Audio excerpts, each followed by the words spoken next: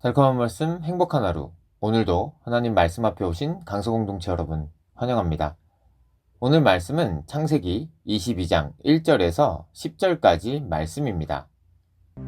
그 일 후에 하나님이 아브라함을 시험하시려고 그를 부르시되 아브라함아, 내가 여기 있나이다. 내 아들 네 사랑하는 독자 이삭을 데리고 모리아 땅으로 가서 내가 네게 일러준 한 산 거기서 그를 번제로 드리라.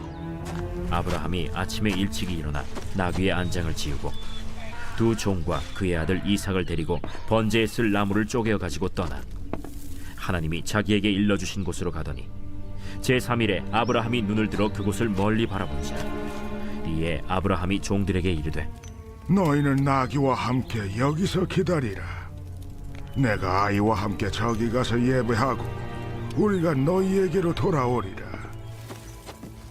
아브라함이 이에 번제나무를 가져다가 그의 아들 이삭에게 지우고 자기는 불과 칼을 손에 들고 두 사람이 동행하더니 이삭이 그 아버지 아브라함에게 말하여 이르되 내 아버지여, 내 아들아, 내가 여기 있노라. 불과 나무는 있거니와 번제할 어린 양은 어디 있나이까? 내 아들아, 번제할 어린 양은 하나님이 자기를 위하여 친히 준비하시리라. 두 사람이 함께 나아가서 하나님이 그에게 일러주신 곳에 이른지라.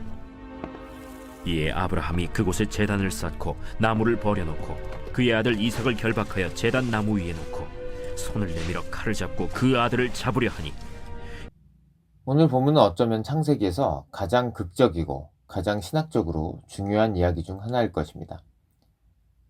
자녀 이삭을 번제로 바치라는 하나님의 명령. 아브라함과 그의 자녀 이삭이 번제를 드릴 장소로 올라가는 그 고독한 길에서 느끼는 애절함. 자녀 이삭을 묶어서 제단 위에 눕히고 칼로 그를 찌르려는 마지막 순간에 멈추게 되기까지의 그 고통스러운 과정이 오늘 본문이 창세기에서 가장 널리 전해지는 이야기 중 하나가 된 이유입니다.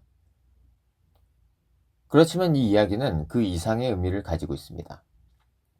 자녀 이삭을 번제로 바치라는 하나님의 명령은 아브라함의 믿음에 대한 마지막 큰 시험으로서 고향과 친척을 떠나라는 첫 명령이 다소 가볍게 느껴질 정도로 무거운 명령이었습니다.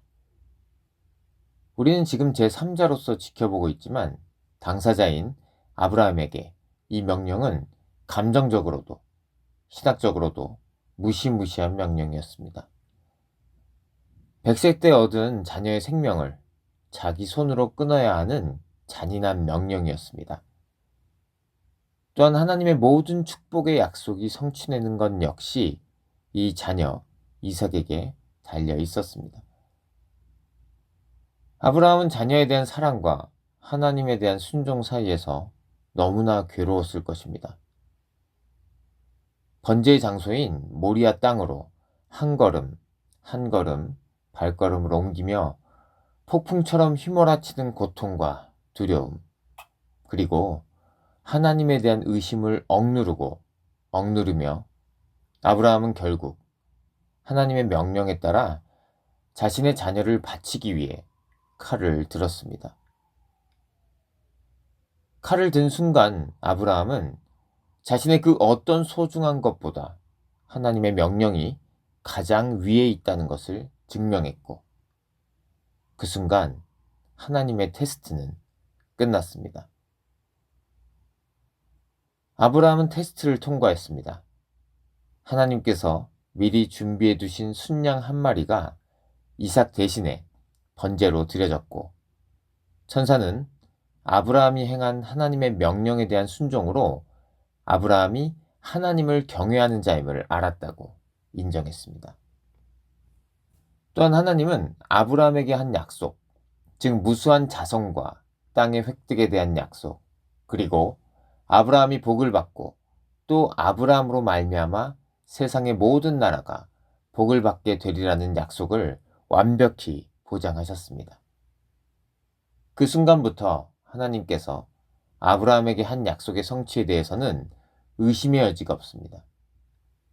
아브라함의 순종은 하나님으로 하여금 하나님의 약속들을 맹세를 통해 보장하게 하셨습니다. 아브라함이 이삭을 제물로 바치는 것은 하나님 아버지께서 그 독생자 예수님을 우리를 대신해 희생시키신 것과 비슷합니다. 한 가지 큰 차이점은 아브라함에게 하신 것과 달리 하나님께서는 마지막 순간에도 그 아들 예수님을 우리를 위한 제물로 삼는 것을 멈추지 않으셨습니다. 수풀에 걸린 순양도 우리가 받은 구원을 보여줍니다. 순양은 이삭 대신 죽었습니다. 하나님의 어린 양이신 예수님은 우리 대신 죽으셨습니다. 예수님이 우리 대신 죽으셨기에 비로소 우리는 살 수 있었습니다. 예수님이 우리 대신 죽지 않으셨다면 우리 모두는 한 사람도 예외 없이 하나님을 거역한 죄로 인해 영원한 죽음을 맞게 될 것입니다. 이렇게 아브라함과 이삭의 순종 이야기는 우리에게 삼위일체 하나님의 구원 계획을 보여주고 있습니다.